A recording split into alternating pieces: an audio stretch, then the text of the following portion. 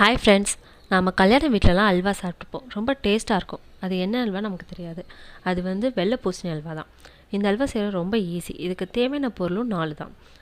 வெள்ளை பூசணியை தோல் எடுத்துட்டு விதையை எடுத்துட்டு நம்ம துருவி வச்சுக்கலாம். 1 கப் வெள்ளை பூசணிக்கு 3/4 கப் ஜீனி, 1/2 ஸ்பூன் ஏலக்காய் பொடி, 2 ஸ்பூன் நெய் எடுத்திருக்கேன்.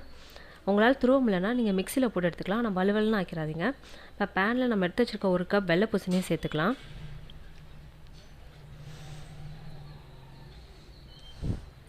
இதை நல்லா பரப்பி விட்டுட்டு மூடி போட்டு வேக வச்சுக்கலாம்.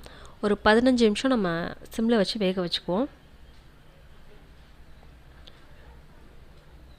இப்போ ஒரு 5 நிமிஷம் ஆச்சு, பார்க்கலாம்.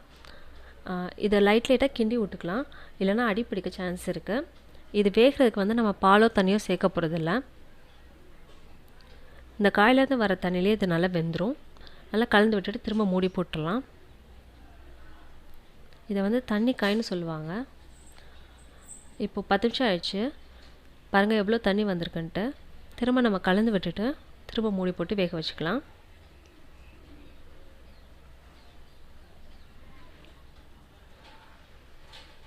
இப்போ 15 நிமிஷம் ஆயிடுச்சு, நம்மளோட காய் நல்லா வெந்துருச்சு. இந்த ஸ்டேஜில் நம்ம ஜீனி சேர்த்துக்கலாம். நான் 1 கப் வெள்ளை பூசணிக்கு 3/4 கப் ஜீனி சேர்த்துருக்கேன். நீங்கள் இனிப்பு நல்லா சேர்ப்பீங்கன்னா நீங்கள் 1 கப் ஜீனி கூட சேர்த்துக்கலாம். இப்போ இதை நல்லா கலந்து விட்டுக்கலாம். ஜீனி நல்லா கரையட்டும். ஜீனி கரைஞ்சோடனே நமக்கு கொஞ்சம் தண்ணி ஆகும். நம்ம அடுப்பில் வச்சு ஒரு 5 நிமிஷம் கலந்து விட்டுக்கிட்டே இருக்கும்போது நமக்கு திக்காயிரும்.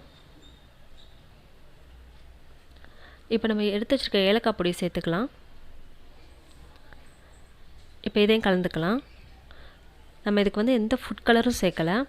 உங்களுக்கு தேவைன்னா நீங்கள் ஃபுட் கலர் சேர்த்துக்கலாம், இல்லைனா நீங்கள் குங்குமப்பூ கூட சேர்த்துக்கலாம்.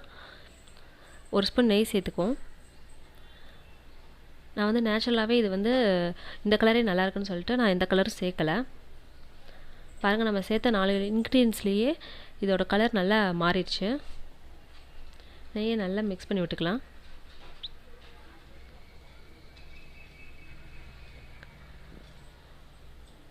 இப்போ நம்ம முந்திரியை நெய்யில் வறுத்து வச்சுருக்கோம், அதை இதில் சேர்த்துக்கலாம்.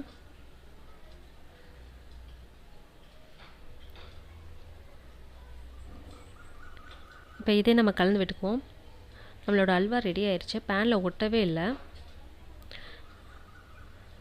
நம்ம எப்போயுமே வெள்ளை பூசணி வாங்கினா சாம்பாரில் தான் போடுவோம். ஒரு முறை இந்த மாதிரி அல்வா செஞ்சு பாருங்கள், ரொம்ப டேஸ்ட்டாக இருக்கும். நீங்கள் திரும்ப திரும்ப செய்வீங்க. நம்மளோட அல்வா ரெடி ஆயிடுச்சு. இப்போ இதை வேறு ஒரு பவுலுக்கு நம்ம மாற்றிடலாம். ரொம்ப டேஸ்ட்டான வெள்ளை பூசணி அல்வா ரெடி. இந்த வீடியோ உங்களுக்கு பிடிச்சிருந்தா நம்ம மதுரை ஃபுட்டீஸ் கிச்சனை சப்ஸ்கிரைப் பண்ணுங்கள். தேங்க்யூ.